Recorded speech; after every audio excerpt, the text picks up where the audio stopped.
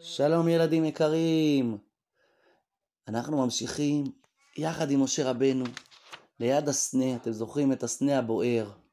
הוא במדבר עם הצאן שלו, והקדוש ברוך הוא אמר, אני הולך להוציא את בני ישראל ממצרים, ומי יהיה השליח שלי? משה רבנו, הוא יהיה השליח שלי.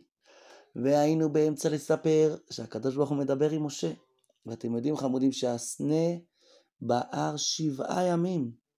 משה רבנו שמה עם הקדוש ברוך הוא, השם מדבר איתו 7 ימים ליד הסנה הבוער במדבר. ואחרי שהקדוש ברוך הוא נתן לו את הסימנים שסיפרנו בפעם שעברה, משה רבנו אומר להשם, ויאמר משה אל אדוני, בי אדוני, לא איש דברים אנוכי, גם אתמול, גם משלשום, גם מאז דברך אל עבדיך, כי כבד פה וכבד לשון אנוכי. משה רבנו אומר להשם, אני לא האיש שמתאים לדבר עם מלך מצרים. אפשר להסביר את זה בהרבה הסברים. משה רבנו לא היה המון זמן במצרים, והוא לא תמיד לא בהכרח יודע מצרית הכי טוב, ואולי הוא לא יודע דברים שהשתנו בתוך הממלכה. ובעצם כל מה שמשה רבנו רוצה להגיד להשם, יותר טוב זה שאהרון יהיה. אהרון היה אח שלו הגדול, ואהרון גם היה נביא במצרים של עם ישראל והנהיג אותם. אז משה רוצה להגיד לקדוש ברוך הוא, תשלח את אהרון, את אח שלי. אבל הקדוש ברוך הוא בחר דווקא במשה, והוא אומר לו, ויאמר אדוני אליו, מי שם פה לאדם, או מי אסום אילם, או חרש, או פיקח, או עיוור, הלא אנוכי אדוני. הקדוש ברוך הוא אומר למשה רבנו, אתה צודק, אולי אתה כבד פה וכבד לשון, אבל מי אחראי על זה? אני אחראי על זה. הקדוש ברוך הוא אומר למשה, אני אחראי על כל הדברים האלה. ואתה תלך להוציא את עם ישראל ממצרים, לך לפרעה.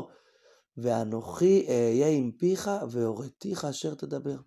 אני אהיה איתך, ואני אגיד לך מה להגיד, אל תדאג. ויאמר, משה אומר לקדוש ברוך הוא, ויאמר בי אדוני, שלח נא ביד תשלח עם מי שאתה תמיד רגיל לשלוח, עם אהרון, שהוא יהיה. ויחר אף אדוני במשה ויאמר, הלא אהרון אחיך הלוי, ידעתי כי דבר ידברו, וגם הנה הוא יוצא לקראתך, ורעך ושמח בליבו. השם אומר למשה, אתה צודק, הוא יודע לדבר, וגם הוא יוצא לקראתך. הוא קיבל בנבואה שאתה חוזר למצרים, והוא יוצא ממצרים לכיוון מדיין, והוא יראה אותך והוא ממש שמח. אז אל תדאג לכבוד שלו, אל תדאג לזה שאתה תהיה המנהיג במקומו, הוא שמח מאוד. שניהם היו מאוד מיוחדים, משה ואהרון, הם שמחו כל אחד בשני, ומה שהם רצו כל הזמן שיהיה טוב לעם ישראל.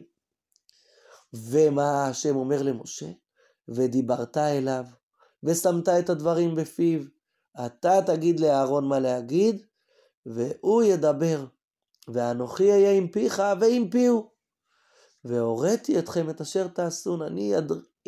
אני ממש אהיה איתכם לגמרי, השם אומר, כל הזמן, גם איתך וגם איתו, ואני אגיד לכם מה לעשות.